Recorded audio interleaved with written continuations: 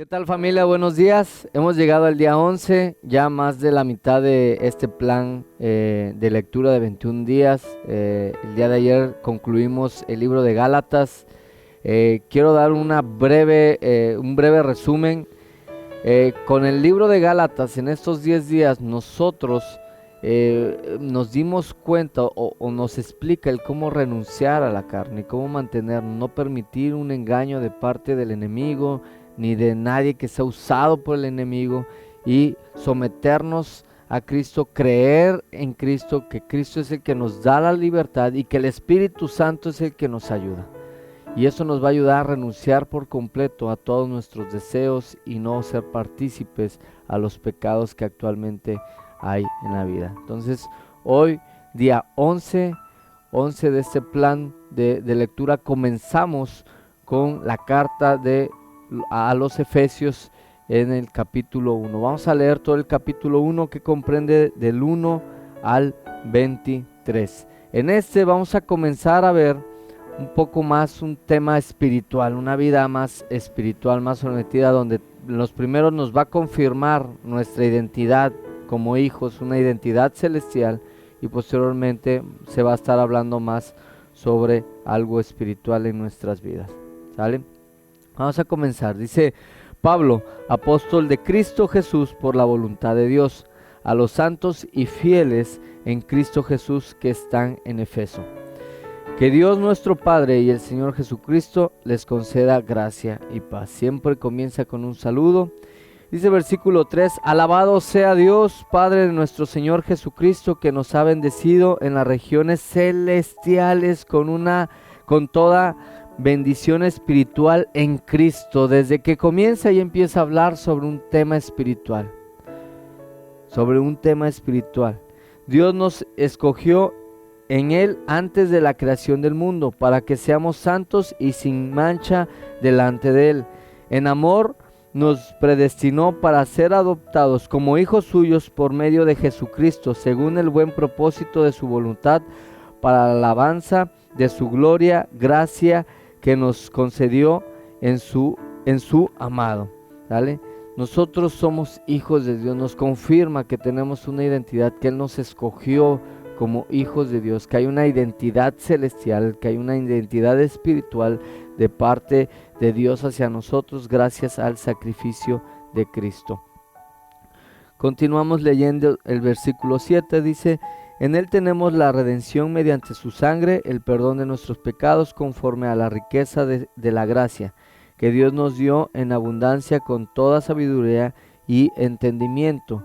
Nos confirma que gracias al sacrificio de Cristo nosotros somos salvos y traemos ese entendimiento, esa sabiduría, todo eso.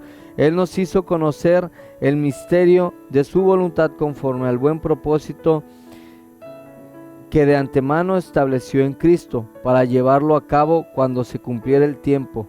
Esto es reunir en Él todas las cosas, tanto las del cielo como las de la tierra. En Cristo también fuimos hechos herederos. Nos confirma una parte de lo que ya vimos en Gálatas sobre ser herederos de Dios.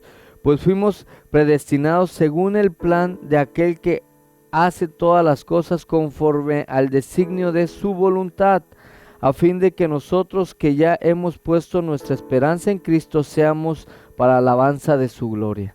¿Sale? Que nosotros que ya pertenecemos a Cristo, que nosotros hemos creído y que nos mantenemos en firme, vamos a estar viviendo para la alabanza de su gloria. En él también ustedes, cuando oyeron el mensaje de la verdad, el evangelio que les trajo la salvación y lo creyeron, fueron marcados con el sello del Espíritu, que es el Espíritu Santo prometido. Nos confirma, nos sella el Espíritu Santo y Él es el que nos ayuda a vivir una vida. Él nos confirma nuestra identidad celestial, nuestra identidad como hijos de Dios, y Él que nos ayuda a mantenernos caminando espiritualmente. Este garantiza nuestra herencia hasta que llegue la redención final del pueblo adquirido por Dios para alabanza de su gloria. ¿Sale? Nos confirma que somos herederos, que nos pertenece una herencia espiritualmente, no es una herencia física, sino es una herencia espiritual para la eternidad. Versículo 15.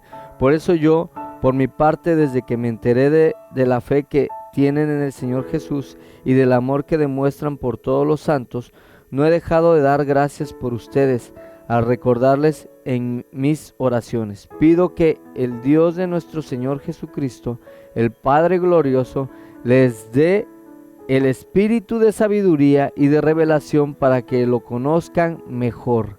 ¿A qué se refiere con esto? ¿Para qué queremos un espíritu de sabiduría, un espíritu de revelación y que lo conozcamos mejor?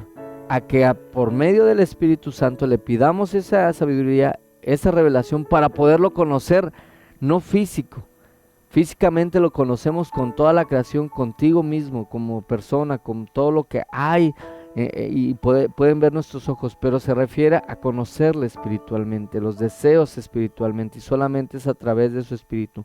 Pido también que les sean iluminados los ojos del corazón para que sepan a qué esperanza Él los ha llamado, cuál es la riqueza de su gloriosa herencia entre los santos.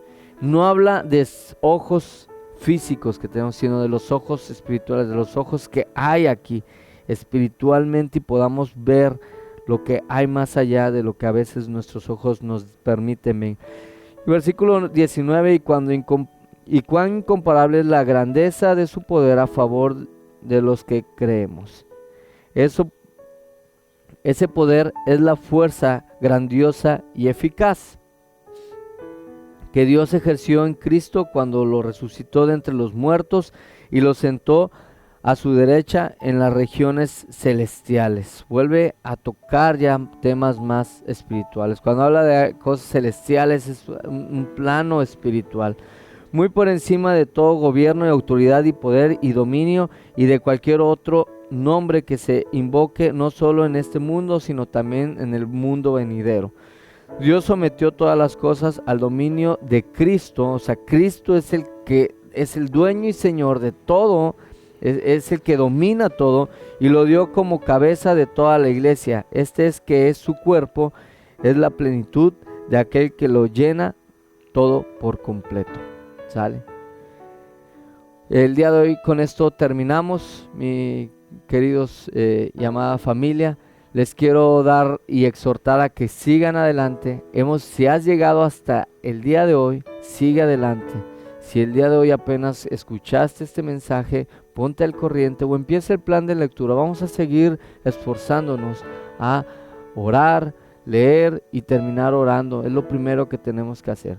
Si tú ya viste este mensaje sin haber hecho la oración, la lectura previa, pues yo te recomiendo a que lo hagas físicamente en tu casa, en tu intimidad, juntamente con Dios, y nuevamente vuelvas a ver este video. Nos vemos el día de mañana. No te desconectes. Dios te bendiga.